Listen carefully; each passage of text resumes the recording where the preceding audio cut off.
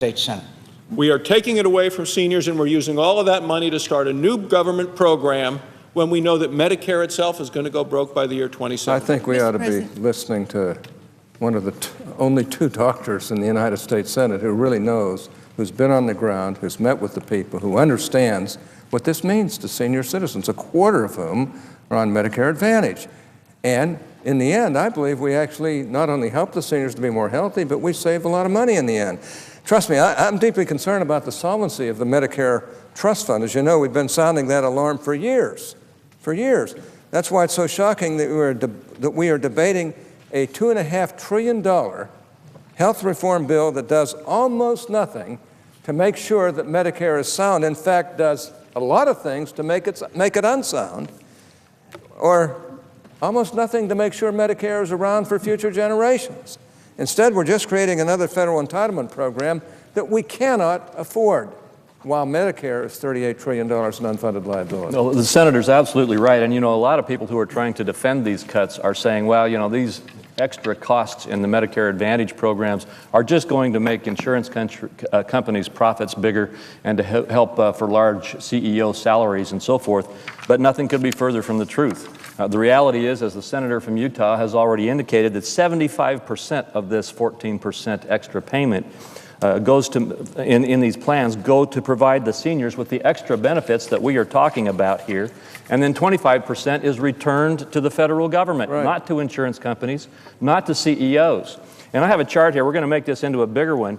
But when those who support this program say that we are not cutting Medicare benefits, this chart, I apologize, it's a little bit small, but this is a chart of the United States, and it shows you what's happening to the benefits of Medicare Advantage beneficiaries. And as you might guess, the dark red is more than 50% reduction in the benefits of the people in those dark red states. And in the medium red colors, it's between 25 and 50% reduction in coverage. The only states that don't have a reduction in coverage are the white ones. There's, what, 3 or 4 states that are not seeing deep cut Medicare Advantage benefits. And those who say, like the president who said was one of his goals, that if you like what you have, you can keep it. Not if you live in one of the states that's not in white on this chart, because your benefits will be cut. I wonder if I might ask the senator from Idaho to go back over a point he made just a moment ago, because he went over it quickly, but it's such an important point, and it's the one reflected by the chart behind him and by what he just said. Repeatedly, we're told that seniors won't lose benefits if you cut nearly $500 billion in Medicare. So if you could take a moment and just, I believe you were in the Finance Committee markup where the bill was being written that was offered by the distinguished Finance Committee chairman. And I believe you were talking to the head of the Congressional Budget Office, who is often cited by our friends on the other side as the nonpartisan authority for exactly what the bill does. And I believe you asked him whether benefits of Medicare Advantage recipients would be cut. And would you describe that in a little more detail so people understand exactly the scenario? Yes, I would. And this chart shows the last 2 sentences of our colloquy when we were in the Finance Committee. But it went on for some time. And the bottom line is I was asking the director of CEO whether the cuts to Medicare Advantage that are in the bill would reduce benefits to senior citizens. And he said yes.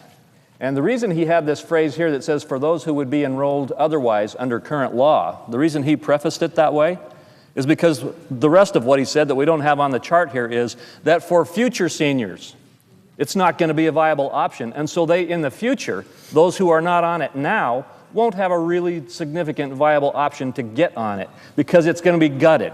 And so what he was saying is, for those 75%, and by the way, Medicare Advantage is the most popular part of Medicare in America today, the fastest growing part of Medicare because it's so popular, because it provides these additional benefits that seniors have to pay so significantly for to get in supplemental insurance that AARP is going to provide. And what the CBO director said was that for the future, those who aren't already on it don't get it.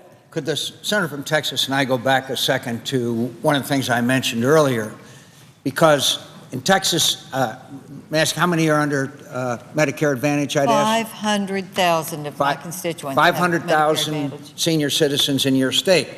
And there is no, quote, shielding According to this Bloomberg article and according to our knowledge, it says, quote, Senators Charles Schumer of New York, Bill Nelson of Florida, and Ron Wyden of Oregon are among those who secured special provisions shielding constituents from cuts.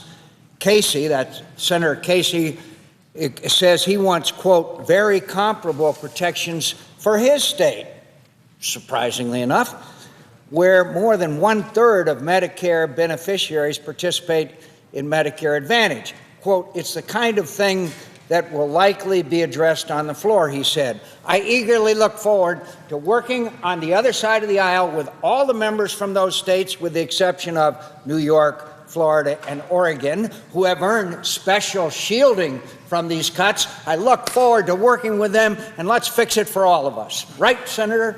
That's Mr. right. President, Go ahead. yes. Go ahead. I would just say to the senator from Arizona, I was wondering if every state could have the same treatment. Why not have every state get the shielding for their Medicare Advantage? That is 11 million people in this country who would be then helped by a fair assessment all over the country of this. But let me just point out one other point. The way they have been shielded is grandfathering. What about people who say, And was gosh, that done? that sounds really and was that good? shielding? May I ask, was that shielding done on the floor of the Senate in open debate and, and discussion of the issue? Oh, no. Now, amazingly. I think it was done in an office over here where we still await the white smoke. Well, the white smoke, that's correct. But then the question arises, well, what about future people who say, gosh, that's what I can afford. It's what I want to have. Oh, but grandfathering doesn't include anyone that might want to join in the future. It's only the people who are already in the system, and forever how long they last and live, that's great. But what about the future? So this is a great program. It's affordable for the lower income people. It's only for 3 states now, but I'd like to see us have all the same capabilities for our constituents. But what about our future constituents? Would the senator yield on that point? Because I think the senator from Arizona has raised an extraordinarily important point, because if this is such a good program for these 4 states, then why isn't it a good program for everybody? But more importantly, the senator is the expert around here on earmarks. Is not this a classic earmark? And didn't we hear from the other side of the aisle how we were going to have open government? How we were not going to have this type of exercise occur within major bills? The bills weren't going to be loaded up with special interest earmarks, assisting one member or another. And as the expert on the issue of earmarks, I'd say this is probably the classic hometown protectionism that we see in the earmarking and benefits that we see in the earmarking process. But also I would remind the senator from New Hampshire, as we've all discussed several times, in October of last year, a year ago last October, the then candidate for president, it's all going to be on C-SPAN. The C-SPAN cameras are still waiting outside of Senator Reid's office to go in and film these negotiations so that, as the President Obama said then, all Americans can see who's on the side of the pharmaceutical companies and who's on the side of the American people. C-SPAN, keep waiting. We're going to try to get you in. If I could just ask one more question, because I've been listening to this debate, and I came over because I wanted to participate a little bit, because I think it's been such an excellent and informative debate. But, you know, I've been looking at the numbers here, and I know the numbers are big in this first 10-year period, almost $500 billion in reductions in Medicare spending. But I think the point we need to make is that it doesn't end there. It doesn't end there.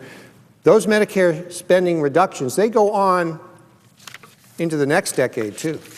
And over the first 2 decades of this bill, Medicare spending reductions will account for $3 trillion.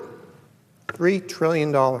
And how can anybody argue against what the senator from Idaho said, which is this translates into real reductions in Medicare benefits? Isn't the vitally important